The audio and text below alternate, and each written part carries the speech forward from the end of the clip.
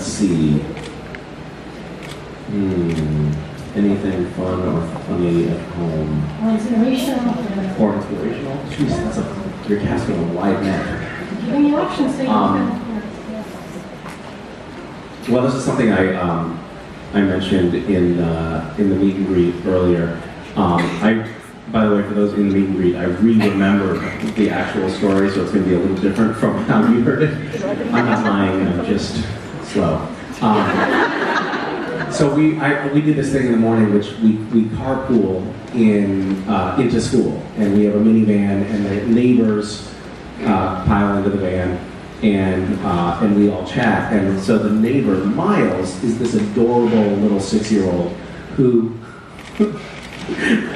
pretty much every time, I guess around the house at home, they mentioned that like I was on TV or something. And so every time I see him, he's like, "Are you famous?" And it's the cutest thing, and I'm always like, no. And so finally, we're in the van, and he says, "Are you famous?" And I try to deflect, and then Wes says, "Yes, he is famous." Which, unfortunately, West is starting to pick up on. West is actually now somebody, like an older kid at his school, was like, "Hey, you have, 1 million likes on your YouTube video?" And he was like, first of all, he doesn't even know what a YouTube video is. But he was like, "Really?" And then he just started looking at the numbers on his, Cooking Fast and Fresh with West videos, and you could see like this instantaneous corruption. I love these likes, these little hearts. He can't even read the number, but he's like, "That's a big number, I know."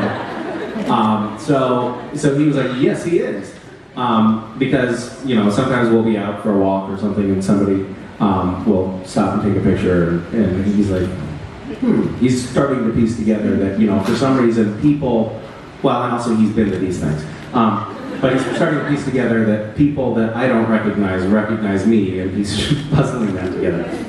So he says, yes, he is. And Miles said, is that good or bad? And Mason and Wes pieced together that it was a little embarrassing and a little exciting, which I thought was like spot on. That's about right. Like people come up and want to take a picture, and I'm like, "Oh God, okay." It's a little of both, But it's a funny thing to like. And I think it's actually remarkably easy to insulate your kids from that. Yeah, somehow I think that they feel like it's all very normal, and they don't feel like there's anything weird or disrupting their life for the most part. And hopefully it stays that way. I probably have to stop exploiting them online, like on social media, because I'm starting to realize, wait, now other people will go to the park and people will be like, "Oh, West!" And I'm like, wait a minute, they shouldn't know who he is? That's not fair, he hasn't made that choice. So I'll probably, have him get some facial reconstruction surgery. This way clean, just because I'm a good dad. Thank you. For what it's worth, I think many of us think that you and Ricky are doing a great job with how you're raising the kids. You don't see.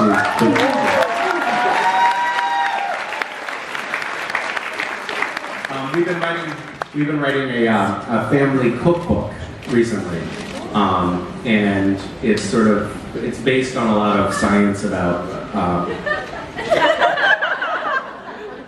Oh, not allowed to talk about the cookbook? Luke is like, "Don't talk about the cookbook. It's in your contract." Anyway, it's been a lot of fun just to do these. We've been doing a lot of cooking experiments at home. And it's been lovely, and we've just been spending a lot of extra time in the kitchen, and the kids are getting, engaged in the cooking process. And I've shared this story recently, but I'll share it again because I don't have any good stories. I got a call from Vicky right after we had just like a challenging conversation about some logistics that we've been arguing about, but she had done a lovely job in the conversation of of making sure we didn't actually get into a fight. And so she called and she said, I just wanted to thank you. And I said, oh, thank you. You actually really navigated that conversation. I was being a little bitch.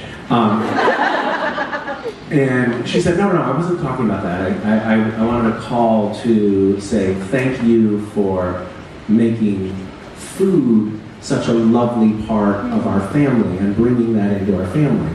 And it was the sweetest thing for a husband to hear from a wife, you know, because I did grow up in a family that cooked a lot and she didn't, and she was sort of afraid of cooking, and the kitchen was actually like this strangely traumatic space in her life. But for me, it was, you know, something that I've always loved to do, and we, you know, cook 2 meals a day together, you know, as a family. We sit and eat, and I usually cook. And it was just a really lovely little moment, which